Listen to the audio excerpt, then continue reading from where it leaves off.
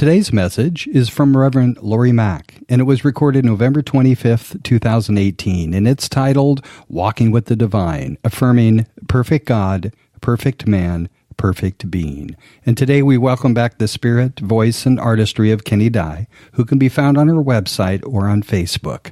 You can visit us at seasidecenter.org and consider making a donation. It would really make a difference getting our uplifting message out to others. And you can always join us in Encinitas, California sometime, where we always have great music, a spirited message, and a joyful, loving, vibrant community that await you. Good morning, Seaside. Well, it is my honor to introduce our guest artist, and today we have just a wonderful, wonderful person. She's an amazing singer-songwriter. She's back in the studio working on new material, beautiful songs, and we're so grateful to have her because she goes out on tours and shares her music with other people all around the country, and she's here with us right here in our beautiful center, and so please help me give a warm welcome to Kenny Dye. Thank you.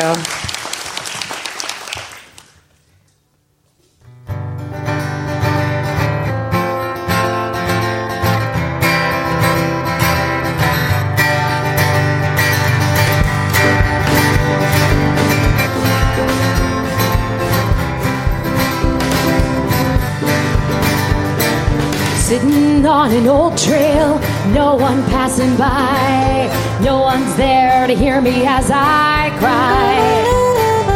All the birds are singing, taunting me with songs, as I'm lying hopeless, dead and gone. And you're nowhere, you're not here, and I'm nowhere, filled with fear. Lying all around me are pieces of the earth, life that's falling down to find rebirth. Reaching towards the sunlight, trying to escape, to live beyond the rubble and the shade. And new life, it finds a way to keep growing and always change. I'm not going back to what I've known. The line's been drawn, yeah, moving on. I will not pretend to play the game. It's time to change.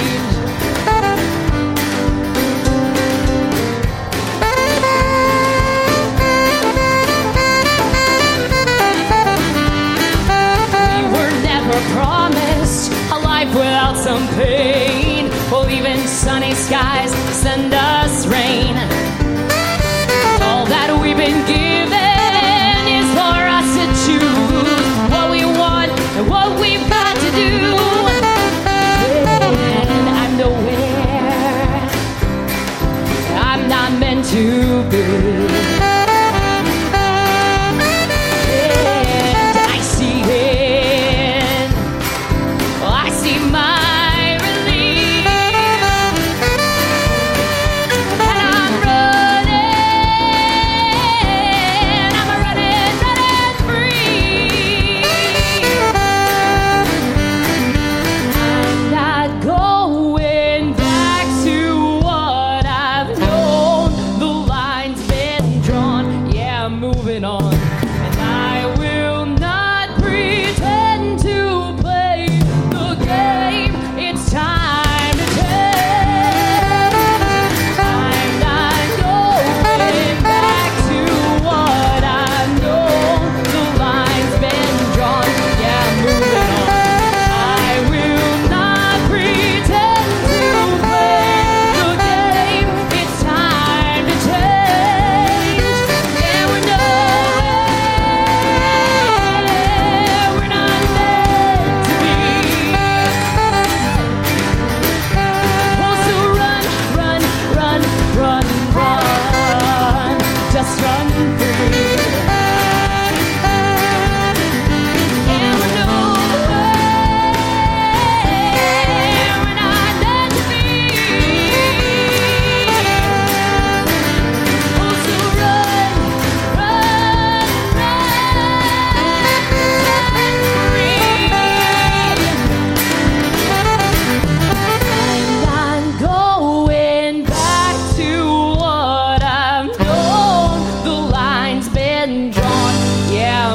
going on. Yeah. Woo! Kenny Dye. Wow. Beautiful.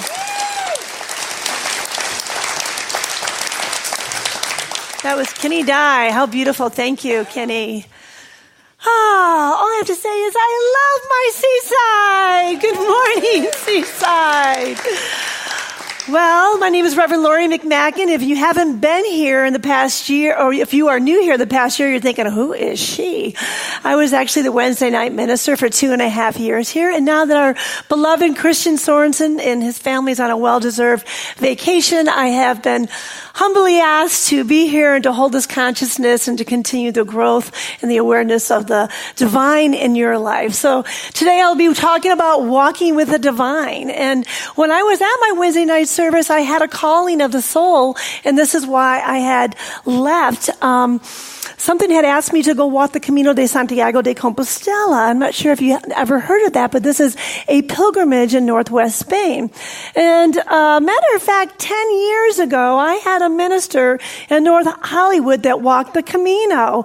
And I thought to myself, I would never in my life do something like that. Have you ever done that? Never. Not me. No way. And so my girlfriend, Ellen, raise your hand. She's over here. She had walked the Camino and she came home and I wanted to know a little bit about it. So I went over to her house and she told me a little bit about it, and something said, "You're going." I was like, "What?" Said, "You're going." I go, "What do you mean I'm going? I told you I wasn't doing this." So this is really a calling from the soul that I was asked to open that door and to walk the Camino de Santiago de Compostela and to become a pilgrim. And so what I have learned on my pilgrimage, I'm here to share a couple of my life lessons, because it doesn't matter if you're walking halfway around the world or if you're just walking around the block or in your own backyard. If you are a spiritual seeker, if you are in the awareness of your oneness with the divine, if you are here to authentically physically and mentally and spiritually embrace this essence of who you are and to awaken to the awareness of your soul's calling, then you are considered a pilgrim. Yes, how beautiful it is. I can say that right now. You know, the pilgrimage is a walk, a journey to the Cathedral de Santiago de Compostela, which is called the Cathedral of St. James. Cathedral of St. James the Apostle, St. James the Great, St. James the brother of John the Apostle, St. James my beloved, and St. James the first to be beheaded and martyred by King Herod according to the Bible. And when you are on this journey, you really embrace the energy of St. James the Apostle. And they also say that the Camino always provides. And this is the energy of St. James, knowing no matter what happens on the Camino, all crooked paths will be made straight. Almost like whatever happens in your life, that God is your source and supply, and all crooked paths will be made straight. And there's so many lessons and blessings and golden nuggets along the way. Matter of fact, the past year, I'm a little embarrassed to say this, but I'm going to say it anyway, that I walked 840 miles. Yeah, I am not kidding you. Like, my soul kept on being called back. I went there with Ellen, and then she left, and I changed my ticket twice, and I had to walk that 500-mile journey the next year, and then I went back to walk with a group of Parkinsons to hold that light for them. So it's really been an amazing spiritual expansion and experience, and so you learn many lessons and blessings, and golden nuggets are given to you along the way. And one of my first gifts was from a pilgrim. And it was my first experience there. And he gave me this paper, and it was the Beatitudes of a Pilgrim. It was the blessings of a pilgrim. And a nun who worked in an albergue in the Francaise gave it to him. And when I got home, I looked at it, I go, wow, this is like a golden nugget for me. So and this is a picture that I took with my iPhone, the Beatitude of a Pilgrim. Blessed are you when you don't have words to give thanks to what surprises you at every twist and turn of the way. Because not only is this an inner journey, but it is an outer journey. journey. You're in a heightened state of awareness because you're out of your habitual lifestyle. And can you imagine walking from medieval village to medieval village? All these beautiful cobblestone homes and Roman bridges and Roman streets. And every little village has a cathedral or a church or a chapel. And the taller the village, the closer to the divine, they say it is. And it's just beautiful going from church to church and getting on your knees and just praying and having this true embodiment of the divine as you pray without ceasing. Now, as they say, the Camino provides, life is life in action, even on the Camino. There's many times where life was not going right. Like when I went to my hotel and it was on a Sunday and I had booked my hotel there and my luggage was being sent there and the hotel was closed. I'm exhausted. I walked all day long. I have nowhere to stay. And so when I called this little phone number, thank God the guy spoke English, the man who owned it. And he came and he opened up his hotel. He went and picked up my luggage and he took care of me. And this is what they do there. I was worried, will I be safe in Spain? That was one of my biggest worries. And I couldn't believe when I went there, I was 100% safe and totally embodied. And plus, when you are praying without ceasing, you recognize your oneness with God. No matter what's going on in the world, all crooked paths will be made straight. There was even another time I went to my hotel and my luggage was there and I went to go check in. They're like, well, you don't have a reservation here. I said, I do, and I already paid for it. And then when I did my homework, I realized I was 2 miles down the street. And the lady, literally, the owner, put me in her car with my luggage and drove me to my hotel. And this is what they do there for you. They shepherd you along the way. This is the consciousness of the Camino. So the next beatitude, so not only is that the outer journey, but it's also the inner journey. And what I have learned that when I was walking the Camino started actually when I started my practice, because now I had to learn how to walk 12 miles a day, at least 3 days in a row. That's what I think is the formula to graciously work through the Camino. And I started 6 months before the journey. But what I didn't realize that I was going to learn how to listen to my body. You see, I didn't even know if I was going to be able to make the Camino because I had neuropathy in my feet. My toes were numb, my feet hurt on the bottom, and I had pain up and down my legs from a very traumatic real estate transaction that I had that lasts like 3 years. And so every day I was forced to listen to the needs of my body. I taped my toes and I wore toe socks. It took me 3 pairs of shoes to find the shoe that actually fit me. And as I continued to walk, I continued to listen to the needs of my body. Oh, I need water. Oh, I need sunscreen. Oh, I'm too hot or I'm too cold. I was kind of a pain, but it is really the basic that we don't listen to our bodies. You know, you get a little, when you're young, you can abuse your body. All you want, it will bounce back. But when you get older, you get the little tap, you get the little knock, you get the universal smackdown, right? So it is like going back to basics, listening to the sounds of the physical body. Blessed are you if on the way you meet yourself and you gift yourself time without rushing, as not to disregard the image of the heart. And how important this was to walk in your own cadence, not to rush. Because when you rush, you learn that you're going to get to know God through pain and suffering. Your feet are going to be filled with blisters. And thank God, my friend Alan and I, when we started walking together, we were in the same cadence. I walked with other people, we weren't. So we had a comfortable cadence as we walked. We listened to the divine body and listening to if you just live in the body, you're living in the material world, and you're definitely you're gonna experience pain and suffering. But if you just live in the spirit and you don't listen to your body, you know, there's a law within the physical body too. You'll be spiritually, in touch with God, but your physical body will be in a lot of pain. So this, pilgrimage was about listening to the whole of who you are, the physical body, the mind, and then the soul. Oh my God, listening to the heart opening of the soul, just like Kat was talking about. Now, this is another sign, and you could, at certain points, you can either go straight or turn left. You can go the long way or you can go the short way, okay? And so this is directing my mind in an affirmative way when you're walking. You know how you take long walks and all of a sudden issues come up in your life that haven't been healed, So I have a choice. I can take the long way and continue to blame everyone for what happened, right? And regret what happened. Or I can take the short way and actually decide right there and then, well, I'm walking to heal this. Okay, so what happened? Okay, how can I give gratitude for it? What did I learn from it? And as I walk forward, it walks behind me, right? I just leave it behind me. And as you allow that to walk behind you, your body begins to heal in miraculous ways. Or an image of the heart would be, once you clean out your body, you start cleaning out your mind, new images come up, new ideas, new inspirations come in, because it's like cleaning out your closet, right?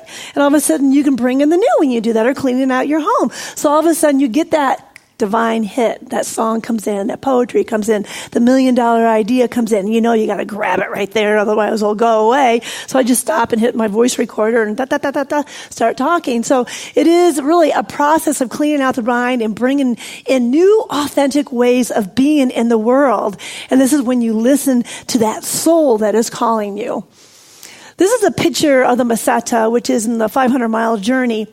There's areas where for like a week, there's very few stops along the way. So you really have to direct your mind in an affirmative way. Blessed are you, pilgrim, if you discover that the Camino holds a lot of silence, and the silence of prayer, and the prayer of meeting with the Father who is waiting for you.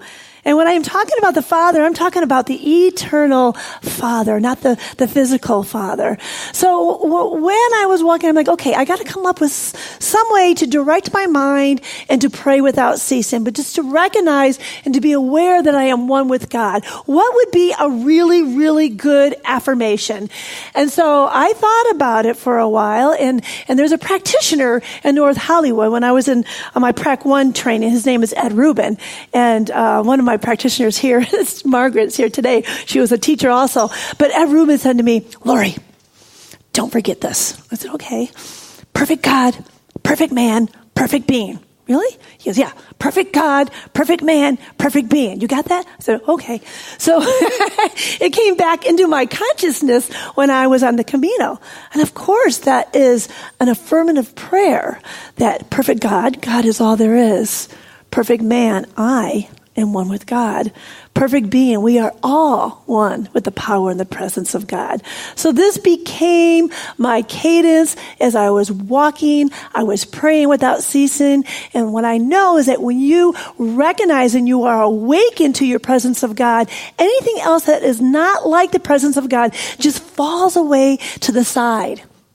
And this is a picture of the Pyrenees where they had a cadence of mountains. And so you want to have a mental focus because it wasn't easy to get through that. Perfect God, perfect man, perfect being. There can be a snowstorm.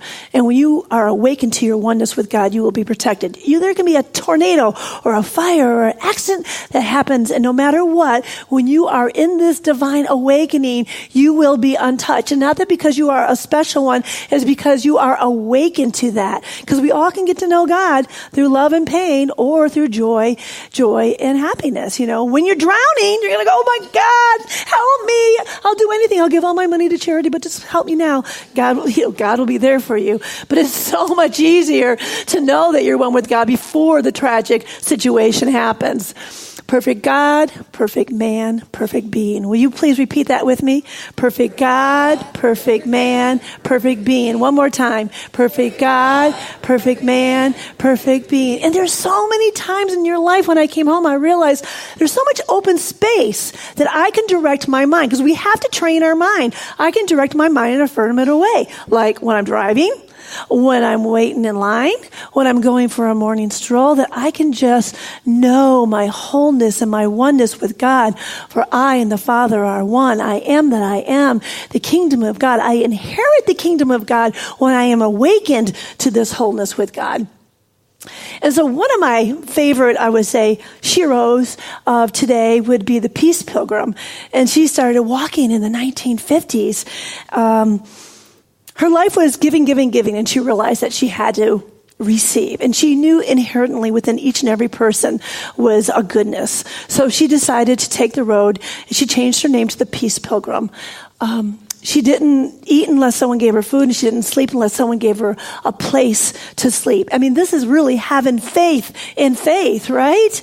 And as she walked, she practiced her oneness with God. She was a spiritual teacher. She taught the golden rule in churches and universities and school. She practiced knowing that I am that I am, that I and the Father are one. And this was her prayer without ceasing. And eventually, when she stopped walking, she was able to realize that, you know what, it's so innate in me, because I do it all the time, that I don't have to walk and pray without ceasing. I can just live and pray without ceasing. So she's definitely one of my heroes. One of the last time, which was like a month ago that I was on the Camino, I got called back to walk with a group of Parkinson's patients. And they had their nurse practitioner is such an affirmative woman, and she knows that these people need to be in their body to be healthy. So she had them walk the Camino. And it was just the love of the group that supported the people who had Parkinson's, I believe, actually healed them along this journey. And after we arrived in Santiago, I thought, well, I'm there. I might as well just go walk a little bit longer. That's kind of my attitude every time I go. And I decided to walk to Finisterre, Muxia, which is in the Roman time. The Romans used to think that was the end of the world. So it was beautiful. You had the medieval villages, you had the farmlands, and then you had the ocean.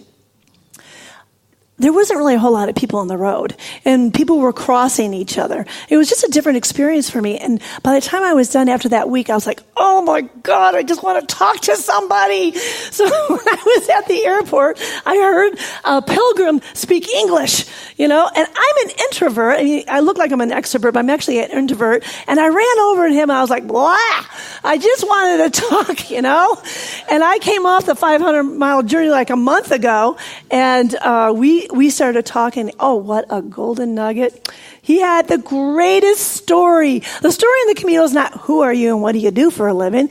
The Camino story is, where are you from and why are you walking? So he told me that he was going to go to the Philippines and he was going to lay on the beach and get massages for a month. But his friend said, no, you don't want to do that. You want to go on the Camino. Matter of fact, you should go on YouTube and watch stories about the Camino. So he thought, yeah, I'll go on the Camino. He had 30 days to walk 500 miles because he had to be in Boston to see his girls in a competition, his daughters. He didn't practice and he didn't prepare. It's okay. You want to get to know God through pain and suffering. It's okay. So he's doing 18 miles a day, 30 kilometers a day. Okay. He is flat out staying in albergue with 100 people in one room.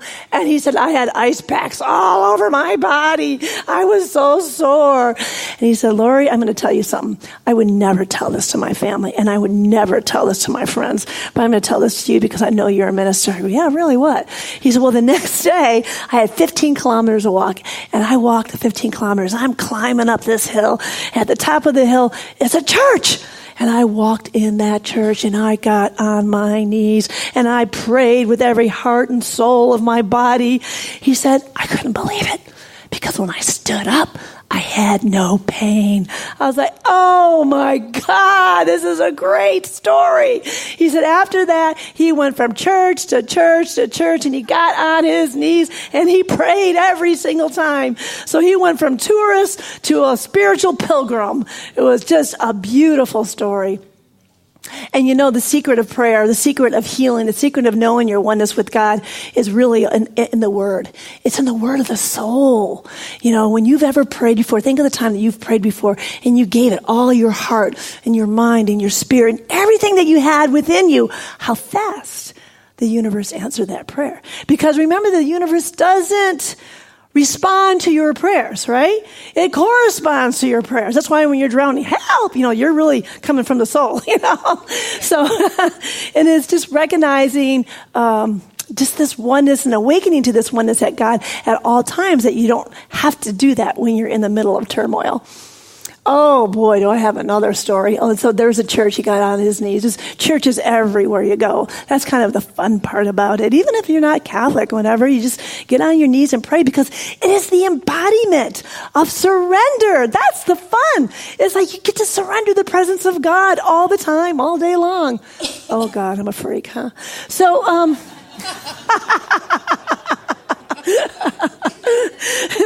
There's another person I met on the Camino that really took my heart away. You never know why your soul is called to the Camino, almost like the pilgrim or the Canadian who became a pilgrim, who had a healing, but everyone's soul was called there. And I think my soul was called there just to be really more authentic in the body, mind, and spirit, and to be courageous too. I think I was called to be courageous. So you never know what God is calling you forward, but when you answer your heart and you move into it, it's just a beautiful experience. Well, this man, Ellen and I were in Finisterre, and we were having breakfast, and I saw this guy, and I thought, oh my God, I've got to go talk to this character.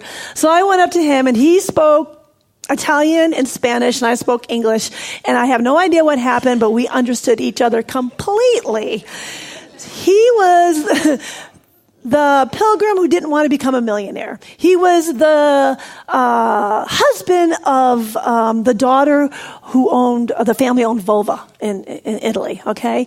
And he was a lorry driver, they just gave him a job. And he loved his wife dearly. But what happened is his wife passed away, and he inherited $5 million. And everyone kept on saying, oh, you just married her for her money, that's all you did. And he loved her dearly. And he didn't really know how to handle that. He grew up in an orphanage, in a Catholic orphanage, so he gave all the money, the whole $5 million, to the Catholic orphanage, and he walked the Camino 31 times.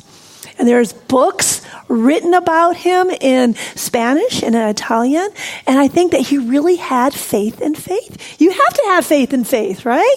To know that all your food will be taken care of, that your places to sleep, that you will be taken care of. He recognized his oneness with God. So he's truly an amazing a story. I love that story. It's one of my favorite stories.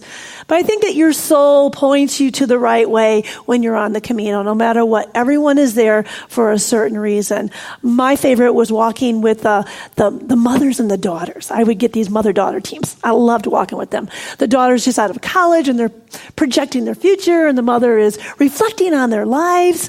High-powered people would come there and just quit their job in the middle of the Camino. Just call up, I'm done, boom. Really authentically listening to their soul, and new doors open when you listen to your soul. Doors that were not there, new ones completely open. People bring with them ashes of their loved ones and sprinkle them along the way. There's healings. I know I read on the Camino Ways that a woman was healed of breast cancer because you're walking away from your illness while you're there. I met a man from Glendale, California. His back was just ripped up, and his shoulder and his wrist. He was in a terrible marriage. He said when he first walked through the Pyrenees, he was so much pain. He could hardly carry his backpack. By the time he got to Santiago, he said he was healed and he was happy. He went home and divorced his wife, went back to the Camino, and walked for 6 months straight. No matter what, it calls you there and it heals you because you have to listen to what your soul is calling you. There's something bigger and better, and it's a new awareness, a new experience that you have to move into. And, this is a picture at the Pilgrim Museum in Santiago. And I thought it really kind of depicts what happens when you get to Santiago. It's a very magical moment when you walk into Santiago. And the pilgrims just kind of sit there and they gaze at the cathedral and they sit and talk. And then all your friends that you walked with, if you walked by yourself, you kind of gain a family along the way. So there was one time that I was walking and it was raining. I was wet from head to toe, and I was walking in the muddy gush, and my hands had hypothermia on my toes. I just really needed somebody to walk with. And all of a sudden this girl appeared, and she started telling me about all of her courageous journeys going to India by herself and everyone else in the world. I'm getting all excited, thinking, oh, can I do that too? And, anyways, as we talked, we realized we had a lot in common, and then we end up having the same birthday. So she's called like my Camino twin, and we walked in Santiago together. And as we were sitting there gazing at the cathedral, all of a sudden, Anna, my Camino angel, shows up. Anna picked me up from the muddy gush when I was walking down the Pyrenees. So she was there, and then Geraldine showed up. She was my Camino angel, and she told me how she walked the Camino 500 miles, and it made her so courageous that she did something she always wanted to do. She always wanted to work in a refugee camp. I was like, wow. And then she was walking it a second time because there was something very courageous that she had to do in her life. And so as we sat there, just like this picture, and we just gazed at the cathedral, and we all started giving gratitude, for our experiences. And I was telling them about my first experience there when I went with Ellen, and how I began praying without ceasing, perfect God, perfect man, perfect being. And when I went home, I realized I had no more pain in my toes, and my feet didn't hurt, and I didn't have the pain up and down my legs. That I was actually healed. It was just an amazing experience. And Anna was telling us that when she was a little girl, her feet, and this is weird, her feet were on backwards, like the heels in the front and the toe was in the back. And she had a doctor that told the family, I really can do this operation and I can heal her. And by the time she was 6 or 7, she was walking like a normal child. And I noticed that she always appeared on my life when I needed somebody on that Camino going up a hill or down a hill. And I can tell she was having a little bit of struggle, but she said, if only he was here to see me today. He has passed away. And just her heart was just ripped open with gratitude. And so this is what happens on the Camino. Your heart just breaks open with gratitude. Blessed are you. If your knapsack is empty of things of your heart, does not know how to hang up so many feelings and emotions. And I don't know how to explain this, but for about 3 days, after every single time I come back from the Camino, I am crying, just pouring with tears. And it's not because I'm upset or I'm mad. It's just, I think I just have touched the hem of the garment, and my soul is just full of gratitude for life. And so this last time I met another angel on my way home that I really didn't plan on meeting. And I was up for 48 hours traveling, and I was watching movie after movie, and I couldn't sleep, and my legs started to get restless leg syndrome. You ever get that when you're on the plane? You're like in this confined situation. And so I got in the car. I'm in LAX driving home late at night, and I started to become really tired. So I got off the freeway, fell asleep. I couldn't fall asleep for long. Got back on the freeway, and I started to feel really tired. Okay, I'm getting off at Camp Pendleton. I got off at Camp Pendleton. I didn't get off at Camp Pendleton. All of a sudden, my head got hit, and I woke up, and I realized I was in a car accident. I know. So the storm came, and I moved to the side of the road, and I got out, and there was a car in front of me, and a guy came to me. And I said, "Are you okay?" I go, "I'm sorry, I fell asleep. I've been up for 48 hours. He goes, "Yeah, I'm okay." And I looked at my car. My car is totally totaled. He was okay. His car was okay. And I'm fine. I got a little hit on my head that woke me up. So we got me off the freeway, and I said, "You're really being nice to me." He said, "I fell asleep before at the wheel, and besides, there are good people in the world." Oh my God, and all of a sudden I didn't see him again. He was like my road angel.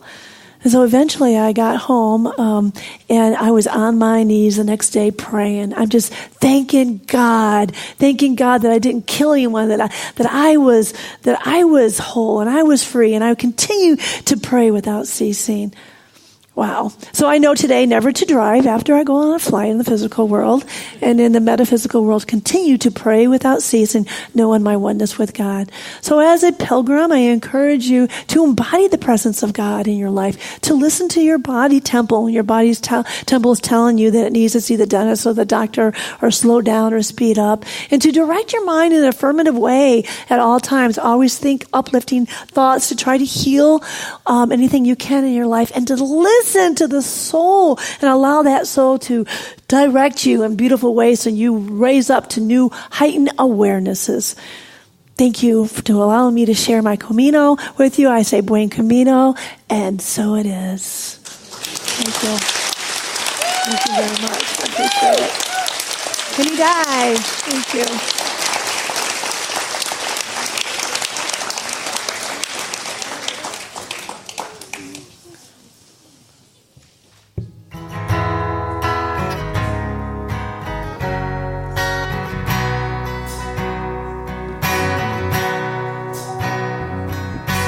Where do you go when you're feeling low?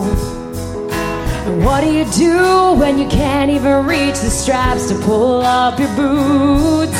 And how do you find peace of mind in a world that's gone insane with so much pain? Oh, It's where you lay your head to rest.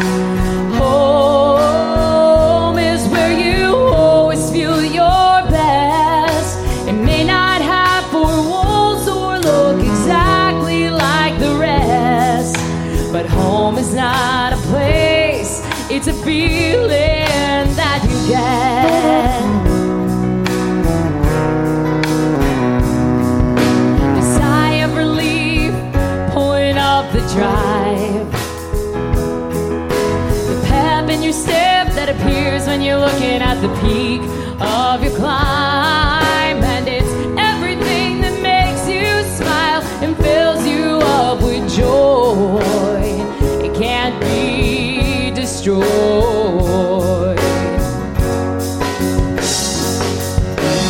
Oh, it's where you lay your head to rest. Home is where you always feel your best. It may not have four walls or look exactly like the rest, but home is not a place, it's a feeling that you get. It's the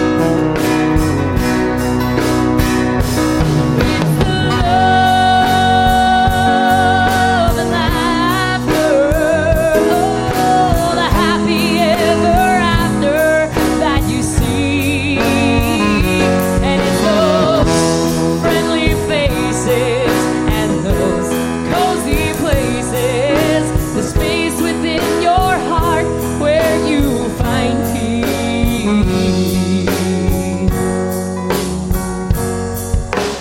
Oh, it's where you lay your head to rest.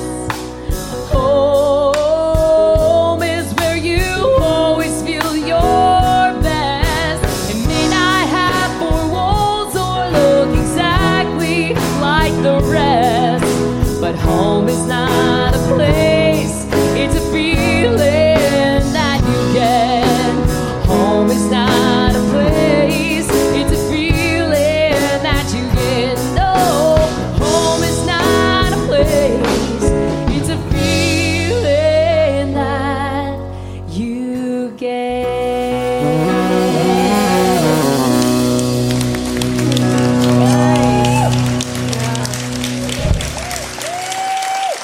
Pretty nice.